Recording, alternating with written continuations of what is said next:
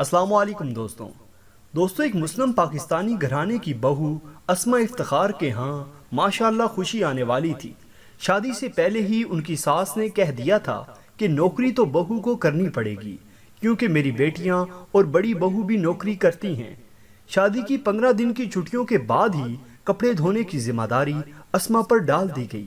گھر میں 3 نندیں تھیں جو شادی کے انتظار میں بوڑھی اور چڑچڑی ہو چکی تھی۔ ایک جیٹھ، ان کی بیوی اور 4 بچے تھے۔ ساس، سسر، اسما اور اس کا شوہر، گویا 13 لوگوں کے اندر باہر کے سب کپڑے دھونا اسما کی ذمہ داری تھی۔ بڑی بہو کھانا پکاتی تھی، ایک نند صفائی کرتی، ایک برتن دھوتی اور سب سے بڑی نند بیمار تھی۔ پہلے کپڑے دھوتی تھی، اب ان پر سے ذمہ داری ہٹا لی گئی تھی۔ اسما نے اپنے شوہر سے کہا کہ مجھے کچھ فروٹ وغیرہ لا دیا کریں، ان دنوں میں ذرا صحت بنے گی تو اچھی بات ہے۔ میری تنخواہ تو آپ کی امی لے لیتی ہیں۔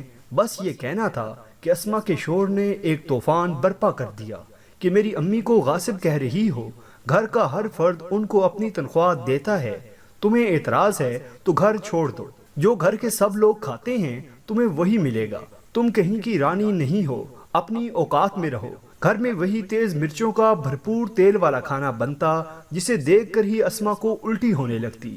رفتہ رفتہ اس کی خوراک کم ہونے لگی۔ ایک بار دودھ پینے کی کوشش کی تو ساس نے یاد دلایا کہ تمہارے میکے میں تمہیں کیا نصیب تھا جو یہاں نخرے دکھا رہی ہو۔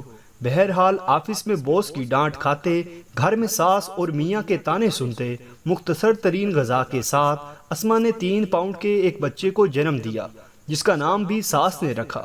عبد المعید شروع سے ہی انتہائی ناتواں اور کمزور تھا۔ میڈی ڈیوڈ ایک اسرائیلی گھرانے کی بہو تھی، اس کے گھر خوشی آنے والی تھی۔ میڈی کو روز صبح ایک ادارے میں جانا پڑتا، یہاں اسے 3 گھنٹے تک ریاضی کی مشقیں حل کروائی جاتی تاکہ بچہ ذہین پیدا ہو۔ اس کے بعد وہ گھر آ کر مچھلی سے بنا اپنا دوپہر کا کھانا کھاتی، شام میں بادام، دودھ، کھجور اور دیگر پھل وغیرہ کھاتی، رات میں بیف، دالیں وغیرہ۔ دن میں کم از کم 2 گھنٹے سکون حاصل کرنے کے لیے موسیقی سنتی۔ سرکاری طور پر اس کو وظیفہ دیا جا رہا تھا تاکہ وہ ایک صحت مند یہودی کو پیدا کر سکے۔ اس کی ساس اور شوہر کا رویہ بھی نہایت مثبت تھا، کیونکہ وہ چاہتے تھے کہ ایک ایسا بچہ پیدا ہو جو نوبل پرائز حاصل کرے۔ 80% یہودی ہی ہمیشہ سے نوبل پرائز حاصل کرتے آئے ہیں۔ 17 جنوری 1990 کو آخرکار میڈی کے ہاں 8 پاؤنڈ کا جوزف پیدا ہوا۔ اس کی ماں بھی بہت صحت مند تھی اور بچے کو بہترین ابتدائی غذائیں دے رہی تھی۔ 3 سال کی عمر میں اسے نشانہ بازی، تیر اندازی اور دوڑ کی مشقیں شروع کروا دی گئیں تاکہ یکسوئی اور فیصلہ سازی کا عنصر پیدا ہو۔ جوزف کو بہت اخلاق اور تہذیب سکھایا جاتا، اس کے سامنے کوئی اونچی آواز میں آپس میں بات بھی نہ کرتا۔ ایک دن جوزف بہت حیران ہوا کہ اس کے ماں باپ ہر مہمان کی بہت تواضع کرتے تھے، مگر ایک بھارتی مہمان جب سگریٹ پینے لگا تو جوزف کے والد نے اس سے کہا کہ آپ گھر سے باہر جا کر سگریٹ پئیں۔ مہمان نے کہا کہ سگریٹ کی 80% فیکٹریاں یہودیوں کی ہیں، تو جوزف کے والد نے جواب دیا کہ ہاں وہ ہمارا بزنس ہے، مگر یہودی اسموکنگ نہیں کرتے، جیسے کہ ہم تمام دنیا کے بچوں کو کارٹون نیٹ ورک اور ڈزنی ورلڈ دکھاتے ہیں، مگر اپنے بچوں کو ہم تیر اندازی، گھڑ سواری، تیراکی اور ریاضی سکھاتے ہیں۔ ہمارے اسرائیلی بچے کیلیفورنیا کے بچوں سے ذہنی استعداد میں 6 سال آگے ہیں۔ ہمیں معلوم ہوتا ہے کہ ہم کو کس بچے کو ڈاکٹر یا سائنٹسٹ بنانا ہے، ہمیں معلوم ہوتا ہے کہ ہمیں مستقبل میں اپنے کتنے بچوں کو بزنس مین یا انجینئر یا سیاستدان بنانا ہے۔ ہر ایک کی اسی حساب سے ٹریننگ ہوتی ہے۔ جوزف جب 6ٹھی جماعت میں گیا تو اسے پروجیکٹ دیا گیا کہ $3000 کی سرمایہ کاری سے $10,000 کما کر دکھائے۔ اسے تیسری جماعت سے کاروباری حساب کتاب پڑھایا جا رہا تھا، مگر وہ صرف $7,000 ہی کما سکا۔ اس ناکامی پر اسے کاروباری ریاضی کی ایکسٹرا کلاسیں لینا پڑی اور 7ویں جماعت میں وہ اسکول کے فراہم کردہ $5,000 سے $16,000 کمانے میں کامیاب ہو گیا۔ اب وہ ایک پکا یہودی بن چکا تھا۔ اب وہ جو چاہے مضمون اپنے ہائی اسکول کے لیے منتخب کرتا، مگر صرف سائنسی مضامین کی اجازت تھی، اور جوزف نے نیوکلیئر فزکس کا انتخاب کیا یہ وہ سال تھا جب جوزف نے زندگی میں پہلی بار چپس، پیپسی اور چاکلیٹ چکھے تھے، کیونکہ ساری کچرا خوراک یہودی بچوں کو منع ہوتی ہے۔ جوزف کا یہ بھی پہلا اور آخری تجربہ رہا اور اس کو ماں باپ سے بہت زیادہ ڈانٹ پڑی۔ اب وہ پھر سے جیب میں کھجور اور بادام رکھتا ہے جو ٹافیوں اور علم غلم سے بہتر ہے۔ جب جوزف تعلیم سے فارغ ہوا تو اس کے والد نے اسے نیو یارک کے ایک ادارے میں بھیجا۔ صدیوں کے سود خور یہودی اس ادارے میں یہودی بچوں کو بلا سود قرضے فراہم کرتے تھے تاکہ یہودی بچے اپنے ہنر اور تعلیم کے مطابق کاروبار کا آغاز کریں، نہ کہ نوکریاں ڈھونڈتے پھریں۔ پڑھائی تک یہ سوچ کر نہ کریں کہ نوکری مل جائے، بلکہ اپنی تخلیقی صلاحیتوں کو استعمال کرتے ہوئے کوئی نیا کاروبار کریں۔ جوزف کو اپنی طلب کے مطابق قرضہ مل گیا۔ اس نے اسرائیل میں ایک لیبارٹری کھولی جہاں اس کے سب سائنسدان دوست بھی اس کے ساتھ مل گئے۔ اس کے بعد جدید ٹیکنالوجی سے ان لوگوں نے وہ ہتھیار بنائے کہ دنیا کا ہر ملک اسرائیل سے ڈرنے لگا۔ اسما کے نوکری پر جانے کے بعد دادی کے لیے عبد المعید کو سنبھالنا مشکل ہو جاتا۔ بس چپس، ٹافیاں اور دیگر علم غلم دے کر اس کو بہلا پھسلا کر رکھتی۔ انہی چیزوں سے اس کا پیٹ اتنا بھر جاتا کہ وہ کھانا کھا ہی نہیں پاتا۔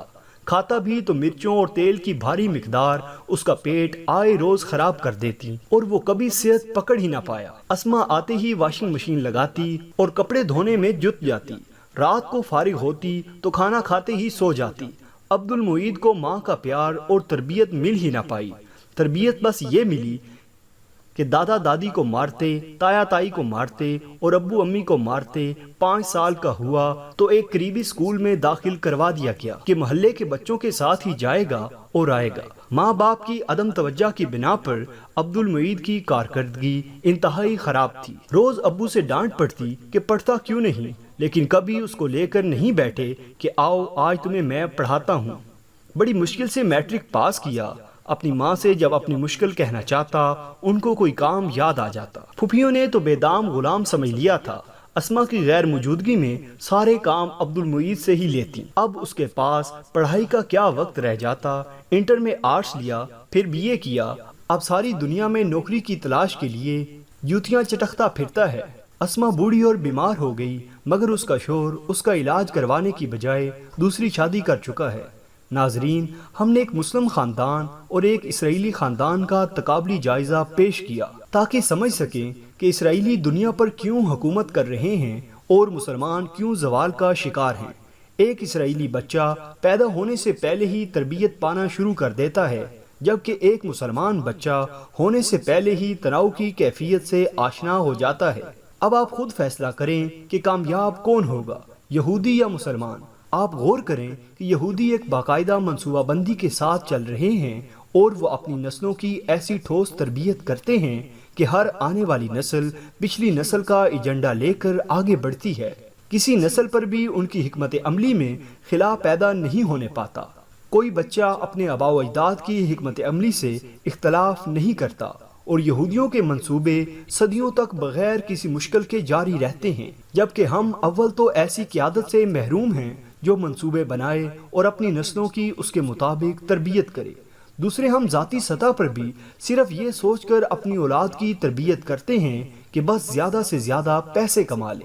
ہم کبھی قومی اور امت کے نقطۂ نظر سے اپنے بچوں کو تیار نہیں کرتے، جس کا خمیازہ پاکستان بھی بھگت رہا ہے اور امت مسلمہ بھی۔ یہودیوں کی ایک اور خوبی جو ان کی ترقی کی ضمانت ہے وہ یہ کہ وہ ایک دوسرے کا راستہ نہیں کاٹتے، بلکہ ایک یہودی دوسرے یہودی کی مدد کرتا ہے۔ ساری دنیا کو انہوں نے سود در سود کے چکر میں پھنسایا ہوا ہے، مگر ایک یہودی جب دوسرے یہودی کو قرض دیتا ہے تو ایک پیسے کا بھی سود نہیں لیتا، چاہے کتنے عرصے میں رقم کی واپسی ہو۔ یہودی خاندان جو اسرائیل میں بستے ہیں ان میں طلاق کی شرح صرف 3% ہے، وہ بھی صرف شوبز وغیرہ سے وابستہ لوگوں میں۔ عام یہودی خاندانوں میں طلاق ممکن ہی نہیں۔ وہ جانتے ہیں کہ ایک مضبوط قوم کے لیے سب سے پہلے مضبوط خاندان ضروری ہے تاکہ بچوں کی تربیت عمدہ انداز میں ہو۔ یہی وہ لوگ ہیں جو دنیا بھر کو ڈراموں اور فلموں کے ذریعے طلاق کی تربیت دے رہے ہیں۔ مردوں کی تفریح کے اتنے ذرائع پیدا کر دیے گئے ہیں کہ ان کو گھروں میں دلچسپی محسوس ہی نہیں ہوتی، بلکہ وہ خاندان کو ایک انچاہا بوجھ سمجھنے لگتے ہیں جو ان کی آزادی اور تفریح کی راہ میں رکاوٹ ہے۔ اور پھر آخرکار بچوں کی جنت اجڑ جاتی ہے۔ یہ بچے کسی ماموں یا خالہ کے گھر ساری زندگی یہ سنتے ہوئے گزار دیتے ہیں کہ نکلو ہمارے گھر سے، یا برے باپ کی بری اولاد۔ یہودی اپنے بچوں کو اپنی تمام مذہبی کتب اور مذہبی رسومات ازبر کروا دیتے ہیں۔ اگر ان کا عقیدہ حضرت عیسیٰ کے دور میں تھا کہ وہ آئیں گے تو دنیا میں یہودیوں کی حکومت قائم ہوگی، تو آج بھی وہ نہ صرف ایک مسیحی کا انتظار کر رہے ہیں بلکہ ان کا بچہ بچہ دجال مسیح کی آمد کا میدان تیار کر رہا ہے۔ شام کی تباہی بھی دجال کی آمد کی نشانی ہے جسے وہ دل لگا کر پورا کر رہے ہیں۔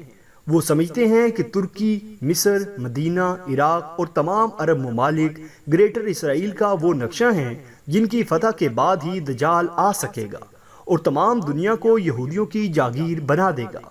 ویسے سچی بات تو یہ ہے کہ یہودی اتنے متحد اور ذہین ہیں کہ اب بھی تمام دنیا پر بلا واسطہ انہی کا قبضہ ہے۔ وہ جو چاہتے ہیں وہی ہوتا ہے، اور عرب حکمران خدا کو خوش کرنے سے زیادہ یہودیوں کو خوش کرنے کی فکر میں رہتے ہیں۔ ناظرین، میری یہودیوں سے کوئی ذاتی دشمنی تو ہے نہیں، مگر میرے نبی صلی اللہ علیہ وسلم کی امت کو وہ جس قدر نقصان پہنچا رہے ہیں وہ میرے لیے ناقابل برداشت ہے۔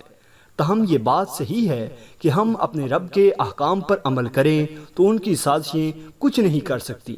اب یہودی بھی ہے تو وہ اس وقت تک ہمارے مسلمانوں کو یا اسلام کو نقصان نہیں پہنچا سکتا جب تک ہم میں سے کوئی اس کا رازدار ساتھی نہ بنے، اس کے ایجنڈے کو مسلمانوں میں ترویج نہ دے۔ تو پھر غلطی کس کی ہے؟ برائے مہربانی اپنے بچوں کی تربیت پر توجہ دیں۔ یہ وہ لوگ ہیں جنہیں امام مہدی اور حضرت عیسیٰ کی فوجوں میں شامل ہونا ہے۔ ان کو ایمان کی لو دیں، اس سوچ کے ساتھ ان کی تربیت نہ کریں کہ یہ بس کسی ملٹی نیشنل کمپنی میں کسی یہودی کا ملازم بن جائے۔ تو دوستو، یہ تھی ہماری آج کی ویڈیو۔ اگر آپ کو ویڈیو پسند آئی ہو تو لائک ضرور کریں اور ہمارے اس چینل کو سبسکرائب کرتے ہوئے ساتھ موجود گھنٹی کا بٹن بھی دبا دیں۔ شکریہ۔